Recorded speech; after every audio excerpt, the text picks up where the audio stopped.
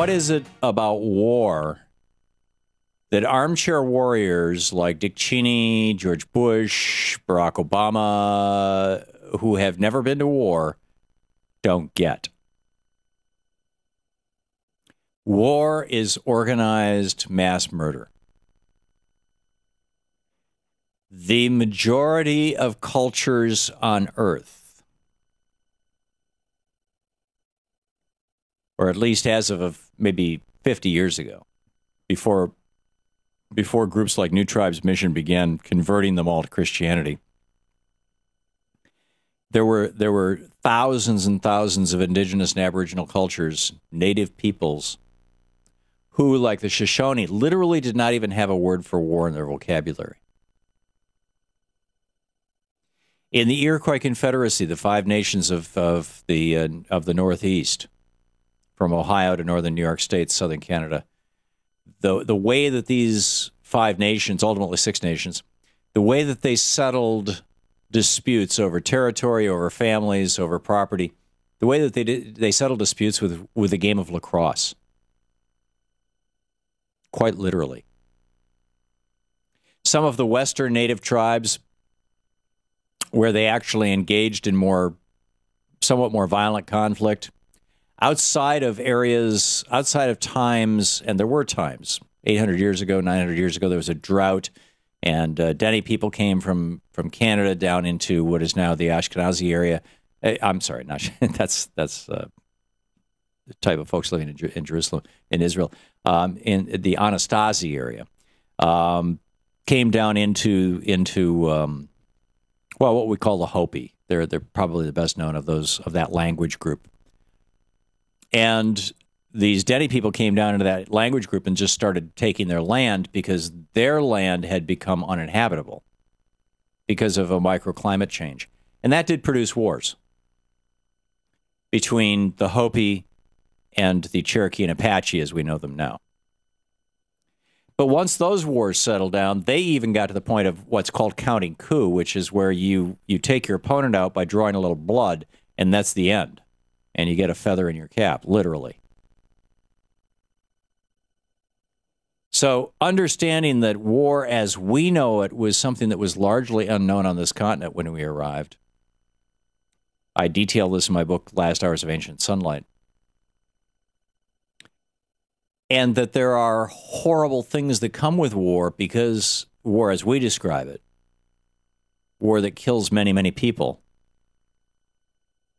including the killing of innocent civilians, including having to train young men and occasionally women to violate the fundamental precept that they are born with. This is the ultimate one. Don't kill. You know, murder novels, if the most powerful, brutal, destructive imperative in our lives was don't steal, then you'd have a lot of novels about, police desperately trying to track down a stealer, a thief. But instead, it's don't kill. And so even though in most states private detectives are not allowed to involve themselves in murder investigations, there's this whole genre of private detective novels where the private PI comes in and helps find a murder. I mean, on TV, everywhere. Even though it's against the law in, I think, every state. But nonetheless, there it is. Why? Because we know that it is the ultimate wrong to kill another person. So we take our young men and women and we teach them that this ultimate wrong that they know intuitively from birth and that their culture has inculcated into them is not true, and that killing in a certain context does have a value. And some of them, like this young man from Wasilla, Alaska, Jeremy Morlock, apparently become confused. They lose track of when to kill and when to not to kill. They just know that they're taught to kill. Anybody who's been through basic training knows exactly what I'm talking about. So we have a group now of American soldiers who have been killing civilians and keeping their body parts or photos of them holding, grabbing their hair and lifting their heads up out of the mud or out of the dust as souvenirs. And this is in Der Spiegel today. It's in the Mail Online today. It's the international press is picking this up. And this could eclipse Abu Ghraib. Arguably, at Abu Ghraib, we had a rationale. We were trying to find the bad guys.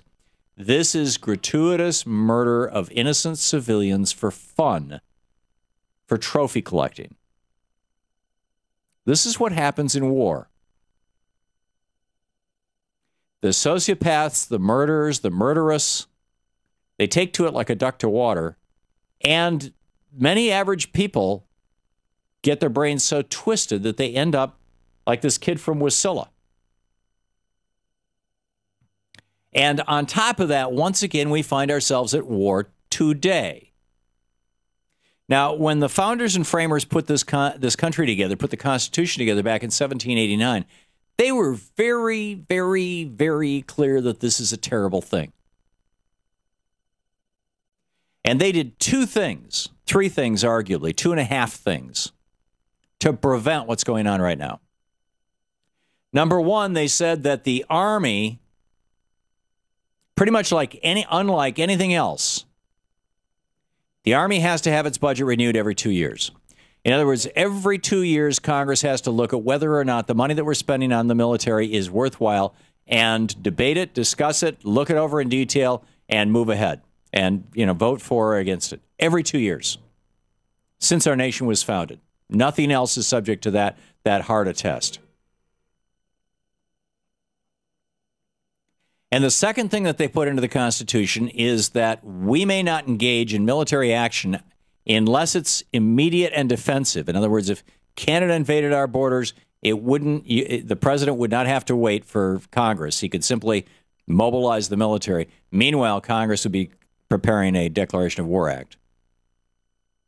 But the Constitution very clearly says that, absent a situation like that, and certainly in Libya, we are not in danger, although our oil companies are, that Congress has to debate the issue and make a declaration of war.